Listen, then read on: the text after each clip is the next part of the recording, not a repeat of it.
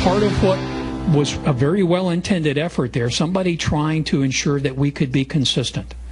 And so it was ill-advised. Somebody sent an email out and said, you know, let's stop. What they were doing was saying, hold on, we're getting ready to send out this bow wave of information. Nobody's trying to hide anything. There's nothing benign in regards to how you interpret that.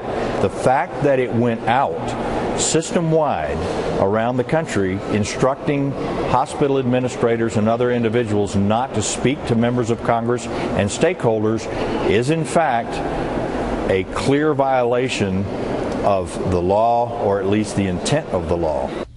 Well, in about 40 minutes, a congressional hearing will begin on the VA scandal. The latest allegations that the VA was trying to silence whistleblowers, and you heard reference to this email. Here it is, part of it. Quote from June 4th, please immediately stand down on any further communications with stakeholders, delegation members, and others regarding the Access Audit, Wait Lists, and Accelerating Care Initiative.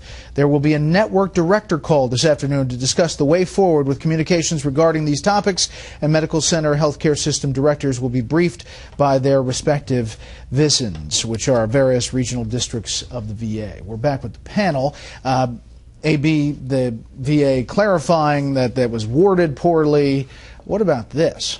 Oh, this is so revolting. Even before this revelation about whistleblowers being shut down, we learned that this was the culture within the VA. It was systemic. You were indoctrinated into your understanding that if you sought to point out any failures in the healthcare system or to ask for any more accountability, you were marginalized at best, and at worst, you were punished.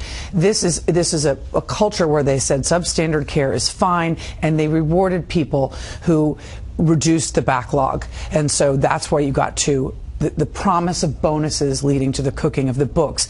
The problem that I fear is that this is a scandal that is so tragic and so important. It's great President Obama has appointed Bob McDonnell. I think that's a great start, that the committees are aggressively pursuing this. But in light of the burgeoning IRS scandal, what's going on in Iraq and Syria, and all the other things that suck up all the oxygen, this really, in an election year, needs to be tended to and not go away. I mean, Jonah, this is serious stuff. One whistleblower, a doctor, fired for after he says he complained to his boss that there were dead people on the list, saying that he was treating them in Oklahoma. It is out of it's Kafkaesque. I mean, it's really unbelievable. I mean, there was one person who's going to be testifying who's saying that the nurses in the emergency room stopped following her orders because she had tried to point out some problems in the system. I mean, that's, you know, those people should go to jail. Lots of people should go to jail because of all of this.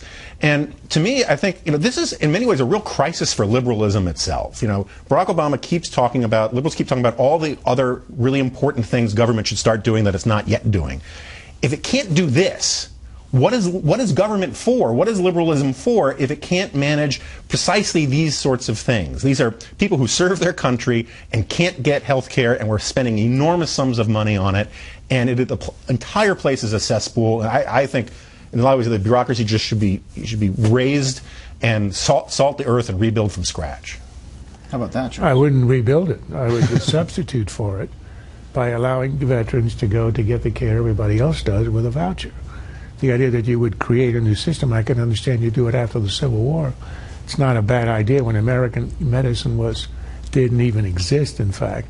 But to do it today in the age of high-tech medicine, where vets have to drive 3-4 hours across the country to get to a hospital, makes no sense. I would raise it and then I'd substitute for it. But, you know, I love the way the administration says, you know, this was a poorly worded memo.